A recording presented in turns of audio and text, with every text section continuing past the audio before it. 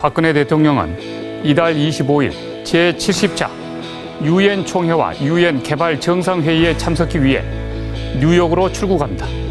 박 대통령은 어제 청와대 수석비서관 회의에서 유엔에 참석하여 한반도 통일과 동북아 문제에 대해서 국제사회의 이해를 높이고 지지를 확보하기 위해 통일 문제에 대한 심도 깊은 논의를 할 것이라고 말했습니다. 이로 미루어 짐작한데 박 대통령의 이번 유엔 방문 목적 중에 하나는 통일 문제에 대한 국제사회의 반향을 불러일으키는 데 있는 것 같습니다. 그러나 박 대통령이 우리의 통일 문제를 국제사회와 심도 있게 논의해보고 싶다면 국제사회의 우리 민족의 특수한 문제인 통일의 당위성을 막연히 그것도 일방적으로 설명하기보다는 한반도가 안고 있는 우리의 특수한 문제가 곧 오늘날 국제사회가 직면한 가장 심각한 문제라는 점을 먼저 국제사회에 던져야 할 것입니다. 그래서 한반도에 내재된 문제가 곧 국제사회가 직면하고 있는 가장 핵심적인 문제라는 인식을 국제사회와 공유해야 할 것입니다. 그렇게 함으로써 국제사회의 관심을 일단 한반도로 끌어들이고 그 문제의 심각성을 공유해서 국제사회의 공감을 얻어나가는 단계로 가야 할 것입니다. 그럼 오늘날 한반도의 특수한 문제이면서 국제사회가 직면하고 있는 가장 심각한 공통의 문제는 어떤 것들이 있을까요?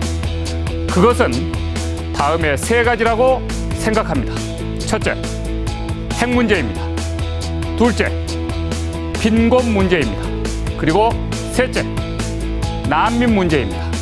이 세 가지 문제는 지금 인류 세계와 국제사회가 안고 있는 가장 심각하고도 위협적이며 골치 아픈 문제들입니다. 그런데 한반도는 이 인류의 가장 심각한 문제들을 모두 안고 있습니다. 핵과 빈곤과 난민 문제는 모두 생명 위협의 문제들이자 인류 재앙의 문제들입니다. 국제사회의 핵 감축 노력으로 핵무기가 줄어들고 있지만 다른 한편에서는 핵 개발이 진행되고 있습니다. 북한이 이에 해당됩니다. 현재 영양실조에 처한 전 세계 인구수는 약 7억 9,500만 명으로 최악의 빈곤층이 줄고 있지만 다른 한편에서는 빈곤 문제가 악화되고 있습니다. 북한이 이에 해당되는 국가입니다.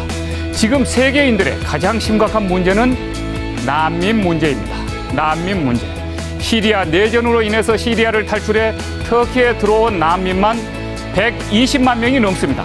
그러나 이 난민 문제는 유럽과 중동, 아프리카에 있는 먼 나라들의 문제가 아닙니다. 우리는 매일매일 우리가 현실로 부딪히고 있는 우리의 문제입니다. 우리도 벌써 탈북 난민 2만 5천 명의 시대를 맞고 있습니다.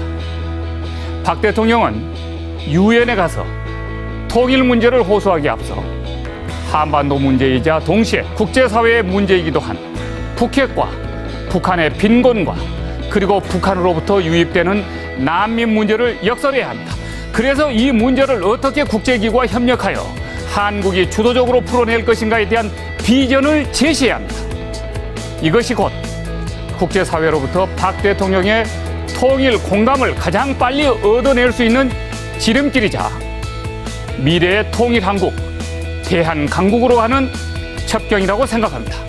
장성민의 시사탱크, 저는 내일 이 시간에 다시 찾아뵙겠습니다. 시청해주신 여러분 대단히 고맙습니다.